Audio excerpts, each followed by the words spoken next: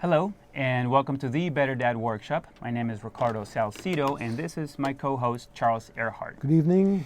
Now, Charles, today the workshop that you've created is called Coparenting, and so far we've talked about the contributions of dads. The first question I have is, how important is co-parenting for a child's development? Okay. Well, first of all, the two parents need to be in sync themselves. They need to be on the same page. There has to be an elemental, basic agreement into certain values if this is going to work. And by certain value systems, I mean education, discipline, work ethic, notions of gender equality, and those sorts of the things that you want your child to know and integrate so that they're going to be better human beings when they grow up. The whole notion of two people working more easily together and creating an environment in which there is reduced stress is essential for this child's trust in the environment that he's growing up in. And when a child has two parents, he gets a model for how two people can work when they're being compromising or when they're being cooperative. And later on, this is going to have an effect on his ability to be sociable, to get along in school, and ultimately, when the time comes for him to, when he picks a partner, that he's going to know exactly how you speak to someone to be able to create an environment that's going to be pleasurable for both mommy and daddy. Right. I guess that the first time that this is tested by the child, the benefits of co-parenting is when they finally go to daycare, right? Oh, for sure. And I think some of the research has shown that when kids have two parents working with them, and since you brought up school, that there was a significant reduction in separation anxiety when children went to school, as opposed to kids who have had little experience with two parents or primarily taken care of by a caretaker when the father is more preoccupied with work. So again, the inclusion of father in parenting experiences really places so much less of a stress on the child and the mom that, like I say, when the child grows up in an environment where he sees cooperation and there's less stress, he goes out into the world, into another environment like school, and expects there to be the same environment that he just left. Right. And it's called transference, that he goes out of one environment into another, and he has the same expectation. So that's how it profits kids going into school. Right. Because ultimately, what we are doing when we bring a child into the world is getting him or her ready. We are we're modeling a life that they are going to try to follow, try to imitate. Emulate. Say, yeah, sure. Yeah. So it's really interesting, when you think about when you try to put yourself in their position as they begin to participate in these or to enter these environments like the kindergarten, daycare, kindergarten, and so on. And I remember when I was a child in going in, and because I didn't have the benefit of a healthy, co-parenting environment, Right. I definitely felt like going in that I was out of place. Well, let me interrupt. When you talk about going back to school, my recollection, and I go back to, the generations when absolutely mother stayed home and took care of the children and father went to work. Now, my father was a fireman, so I hardly ever saw him. When he worked evening shifts, he would come home and sleep during the day, and when he worked day shifts, I was just going. Right. So basically, we were always missing each other, coming and going. But what I do remember is when I went to first grade. I didn't go to kindergarten, but I went to first grade. The vast majority of these poor kids, they were kicking and screaming and crying.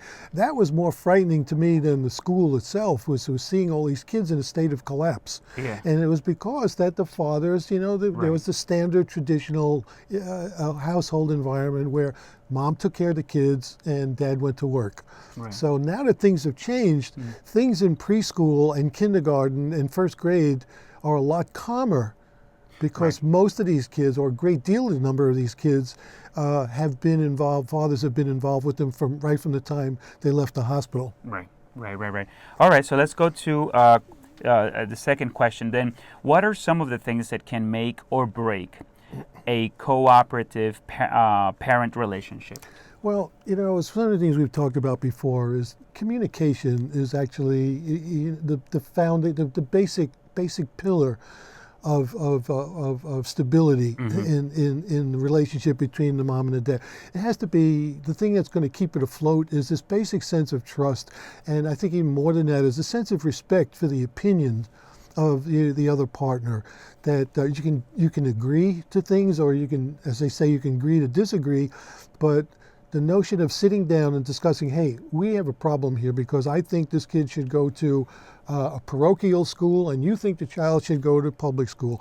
Let's sit down and see, let's evaluate what kind of environment do you think, where, now, to give you an example, I mean, my wife and I discussed whether we wanted to use what money we had to send her to private school or to send it to public school.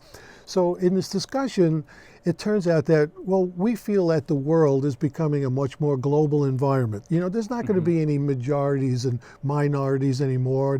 By the time my daughter is like, an adult, there's going to be, you better feel comfortable relating to every culture that's ever set its roots down in this country. So we decided to go to public school because she's going to be exposed to any number of, and that's exactly what I mean. We had this conversation, and it turned out it was right, actually, because now some of the colleges that we went to look at, some of them were very, very homogenous, and she said, I don't want anything to do with these schools, I want to see diversity. And she wound up in a school where there's a population of people from everywhere on the globe, and she actually loves it. Yeah. But the point of this conversation is that we talked about discipline, we talked about, and we primarily had disagreements about everything, Ricardo. but it's like that was made a healthy marriage. Like, you're you and I'm me, and we're different. But I married you because I respect your values, and I assume you respect mine, and you've always demonstrated that. So let's sit down and without fighting, and without criticism, without stonewalling these arguments, we get to talk about a mutual decision that's acceptable to the both of us. Right. What I see as one of the things that I think that can break this cooperative parenting is something that happens with early on in their relationship after the child is born, which is the woman is very clear on what needs to be done next, right? She has been keeping track of her pregnancy, track of everything else. She's got a calendar, and she's had it. Now the baby's born. And then, so she has all this experience, and then we suddenly are now brought, we see that things are happening, and we want to co-parent. But then she's saying, well, hold on a second, right? And she's right to some extent. Okay, go back to question one to see how these overlap, is when we talk about what are the barriers, some of the barriers to co-parenting, or maybe that's later on. But here we hit it right on the head. We haven't been integrated into the process right from the very beginning. There's resistance to involving fathers in the OBGYN places. Many of the hospitals, according to what I've heard from the fathers that I've worked with, is that they are an outsider looking in, waiting for this process to get over. And the nurses and the doctors are rare who come out and tell you exactly what's going on, so you feel like you're part of that process. Right. And that's, from the very beginning, these are some of the things that I think parents are going to have to speak to the professionals about. Right. Okay, so then we've covered a lot of information here. Let's go ahead and review some of the more important points. We have that co-parenting is important, respect for each other's style, and opinions, mutual support in independent endeavors. 2, we have there should be agreement about basic values, discipline, education, gender equality. And the last one is how parents communicate with each other determines success. Stress management requires respect for the other.